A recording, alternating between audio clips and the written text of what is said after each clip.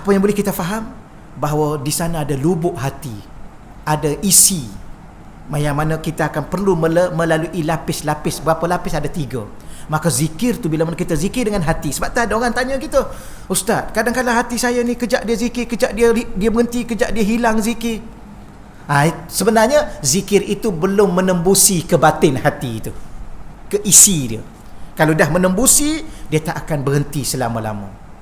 Yang tu seronok kita dalam sembahyang. Kita angkat saja takbir, hati kita Allah, Allah, Allah, Allah. Tak payah dah kita nak susah-susah. Ya, kadang-kadang dalam sembahyang pun hati terpaksa istighfar. Ya, angkat saja takbir, dia ingat apa? Karipap. Ya, ingat roti canai banji. Angkat saja takbir, malam ni ada apa malam ni? Dengar ceritanya tahlil, biasanya ada makan. Betul. Sebenarnya nak kata hati tu, dia ada bisikan kepada hati, syaitan. Dan syaitan ni satu je dia takut, zikir. Apa makna? Ingat Allah. Itu je dia takut. Ya, kalau kita ingat selain Allah, memang seronok dah dia. Kalau kita ingat Allah, masa tu dia takut. Dia peduli apa dengan kita? Kita dengan dia ni, dia lagi panjang umur dia. Kita dengan dia lagi banyak ilmu dia. Dia guru kepada malaikat. Dan pengalaman dia ni bukan setakat dia tipu kita. Dia tipu, dia boleh goda Nabi Adam. Setakat kita ni tak payah cerita lah puan-puan. Ya, dia tengok boleh makan ni. Dalam sembahyang pun dia main-mainkan kita. Kejap dia bawa kereta, kejap dia bawa rumah, kejap dia bawa Tesco, kejap dia bawa Giant. Dalam sembahyang ada berapa benda datang. Tapi kalau kita belajar, satu masa dia boleh bawa 7 perkara. Dia bawa, kita tak layan. Dia bawa yang lain. Satu masa. Kemudian dia ambil masa kedua pula. Biasanya dia ambil rakaat ke berapa? Biasa. Nak tahu dia ambil rakaat ke berapa, puan-puan boleh tengok. Tak boleh tengok. Saya pun boleh rasa, masa bila biasanya? Bangun rakaat ketiga. 3 ke 4. Dah kena dah tu. Dah kena dah tu. Betul. Rakaat pertama dia tengok dulu. Rakaat pertama dia tengok dulu. Nak masukkan apa dalam hati dia? Masukkan cucu. Kan cucu baru dapat cucu. Masa duduk solat, cucu bunyi. Sudah. Mak dia tak ada pula. Dia pandai, dia tahu orang ni nak masuk dengan apa. Yang ni minat pokok bunga, dia masuk pokok bunga. Yang ni minat cucu. Ada orang memang tak minat kat cucu. Saya ada cucu Ustaz, tapi kena tinggal. Tak, saya ada kerja banyak. Ada orang tak minat. Ada orang ni bila nak bawa cucu ke sini, minat, dia masuk. Ada orang minat kereta, ada orang minat burung. Betul. Saya pergi rumah orang tu, dia pakai kereta baru. Kereta tu harga 100 lebih, dekat 200. Ketua kampung. Saya kata, Haji, ketua kampung pakai kereta ni? Tak ada Ustaz. Ada orang tukar dengan burung saya 2 ekor. Subhanallah. Ni saya pergi ke kamu. Dia bela burung-burung yang burung apa tu? Burung tekuku ke apa? Orang datang minat dengan burung tu, ambil 2 ekor, bagi kereta sebuah. Saya kata banyak duit tu ketua kampung. Tak ada Ustaz. Ya, ada orang nak burung saya 2 ekor kat belakang tu, saya bagi, dia bagi kereta. Mesti yang ni. Ya, mesti yang ni Allahu Akbar. Burung. Kereta sebuah, kalau mati 2 ekor tu. Subhanallah. Macam-macam kita dengar. Ya. Apa makna ta'awuz? Apa makna ta'awuz? Minta berlindung dengan Allah. Maknanya apa? Ingat Allah. Sehingga kalau dah ingat Allah, minta berlindung dengan Allah. Jadi kuncinya ingat Allah. Bila mana dah ingat Allah, doa pada Allah. Bila mana ingat Allah, minta berlindung dengan Allah. Bila mana ingat Allah, minta pertolongan dengan Allah.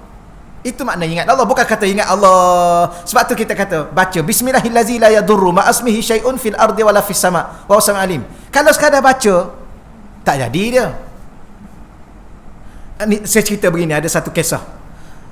Ada seorang tu, dia nak ikut satu rombongan musafir. Dia ada bawa barang-barang. Dia pergi jumpa seorang ulama. Ni antara ada dalam kitab ditulis. Kita jumpa seorang ulama. Dia kata, wahai ulama, aku nak ikut satu rombongan. Kalaulah rombongan aku ni dirompak di tengah jalan, apa aku nak sebut? Ulama tu cakap apa kat dia? Engkau sebut nama aku. Engkau sebut nama aku. Saya tak ingat dah, nanti saya serujuk balik nama dia, tak ingat dah nama apa. Sebut nama. Orang ni jujur, betul. Okey, tak apa. Terima kasih. Pergi. Takdirnya memang betul, rombongan tu di itu. Bila mana rombongan tu dirompak, benda-benda dirampas, barang-barang dirampas, ahli rombongan tu majoriti sebut Allah, Allah, Allah, Allahu Akbar, Allah, Allah. Yang kawan ni seorang ni disebut nama ulama tadi. Baik, yang lain yang sebut Allah, Allah ni semua kena rompak. Dia selamat. Akhir sekali orang ni tanya, kamu sebut siapa tadi? Dia sebut nama sekian-sekian. Kenapa kamu sebut nama ni? Kami sebut Allah. Itu aku tak boleh jawab. Kalau itu kita pergi jumpa ulama. Pergi jumpa ulama tu. Akhir sekali dia kata, kami sebut Allah, Allah. Kami dirompak. Ya, dia ni sebut nama kamu, wahai ulama. Kenapa dia tak dirompak? Dia kata, apa puan-puan?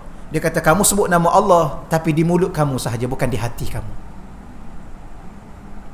Tapi dia sebut nama aku sedang berzikir kepada Allah dan berdoa untuknya di hatiku. Tengok, maknanya guna orang pertengahan pun, kalau orang itu zikirnya di hati, sentiasa dengan Allah, kita boleh barakah, boleh keberkatan daripada dia. Yang ni orang terkata, syirik tak ni? Itu salah satu nak sebut kisahnya, berlaku kisah itu. Kenapa? Tabarrukan, mengambil barakah. Macam dalam sembahyang, kita kena sebut nama Nabi. Tak sebut nama Nabi, tak sah sembahyang kita. Asyhadu an la ilaha illallah wa asyhadu anna Muhammadar Rasulullah. Dalam sembahyang tu, kan sembahyang kita usalli fardhu zuhri lillahi ta'ala. Kenapa kena sebut makhluk dalam sembahyang? Nama seseorang ni Nabi. Selepas Nabi, pewaris Nabi. Maknanya Nabi ni ada apa? Ada mukjizat. Pewaris Nabi ada karamah. Karamah. Ada kemuliaan yang diberi kepada pewaris Nabi. Gitulah. Itu kena bahas panjang. Jangan kita nampak tak boleh ni. Tak boleh apa? Dalam sembahyang kita sebut nama Nabi Ibrahim. Allahumma salli ala sayyidina Muhammad kama sallaita ala sayyidina Ibrahim. Nama ni jangan bukan sebarangan, tuan-tuan. Sebab tu nak bagi nama anak, jangan ikut suka nak bagi. Nama anak ni, bila mana kita sebut-sebut, sebagai seorang ibu, seorang ayah, ini doa pada anak, maka nama tu nama yang berkat. Bukan sembarangan. Sebab tu kita sebut nama-nama ulama ni, sebut Imam Ghazali ni, berkat ni. Ya, bukan sebarangan. Daripada sebut nama kita, baik sebut nama ulama. Ni kadang-kadang orang ni duk sebut nama artis banyak sangat, kan? Artis pujaanku. Ni tak jadi syirik ke memuja-muja ni? Tapi sebenarnya tak salah juga, sebut je lah. Ya, kan dah minat nak macam mana. Tengok baru ni ada seorang tu kahwin, menangis, ramai yang menangis. Ya, pilu apa semua tak tahulah. Okey dah setakat tu ya. Okey, ada soalan tak buat masa sekarang ni sebelum kita pindah perbahasan yang ni dia panggil huraian. Yang tadi gambaran dulu. Okey, Imam Ghazali kata apa lagi? Fal qashrul a'la minhu zikrul lisan faqat. Baik, kulit yang paling atas. Ni barulah dia hurai. Ada 3 lapis kulit baru sampai ke isi. Kulit yang pertama tu apa? Zikrul lisan. Kulit dia bahasa Arab muka surat 66. Terjemahan pada muka surat 67 tu. Nak tengok bahasa Arab pun okey, kita tengok sikit-sikit lah dalam bahasa Arab. Al-qashrul a'la, kulit yang paling atas, lapis yang paling atas tu, zikrul lisan, iaitu zikir dengan lisan. Rupa-rupanya orang yang duk berzikir dengan lisan tu, dia baru berada pada lapisan kulit pertama untuk sampai kepada lubuk hati tu. Okey, wasani, yang kedua, zikrul qalbi idza kana al-qalbu yahtaju ila muwafaqati hatta yahdura ma'adh dzikir. Baik, kulit yang kedua zikir qalbu, zikir hati. Okey puan-puan, tuan-tuan. Bahasa Arab al-qalbu ni dia nak kata apa ya? memang kita terjemah hati, tapi takut saya salah guna bahasa ni, takut salah faham lah. Tapi hati yang lapis luar. Sebab tu kalau kita terjemah, apa makna qalbu? Sesuatu yang tak tetap, berbolak-balik. Sebab tu kalau kita tanya, kadang-kadang kita bercakap dengan orang rumah tu, kata, macam mana nak pergi tak ni? InsyaAllah pergi. Kemudian sampai masa, kata nak pergi, tak bersiap lagi. Tak jadilah. Apa tu? Hati dia berbolak-balik. Sebab apa? Sebab dia jawab nak pergi tu, yang kita tanya soalan mula-mula tadi, masa dia nak pergi tu, dia tak betul-betul dalam hati dia. Dia hanya lapis luar je. Kan? Berapa ramai orang bercinta, tapi cinta tak sampai ke lubuk hati. Dulu cinta, sekarang benci. Dulu bukan you cinta ke I, ya? Sekarang kenapa? Sekarang I benci you. Mana mungkin cinta selepasnya ada benci? Ya, tak akan mungkin cinta selepas itu benci. Cinta akan cinta selama-lama, sehidup semati. Betul ya? Tak belajar dulu pasal berapa Subhanallah. Sebenarnya minta maaf saya cakap ni live kan, kalau ada yang berkenaan. Sebenarnya yang duk buat filem cinta tu, ataupun yang duduk gubah lagu-lagu cinta tu, itu bukan cinta. Kerana cinta tak akan mungkin berpisah, kecuali mati yang memisahkan. Ya, bercinta apa 7 tahun bercinta, kahwin 2 minggu, itu bukan cinta. Ya, cinta ni perpisahannya adalah meninggal dunia. Bahkan kalau dia meninggal dunia pun, dia akan tetap menunggu di pintu syurga. Wah, itu cinta.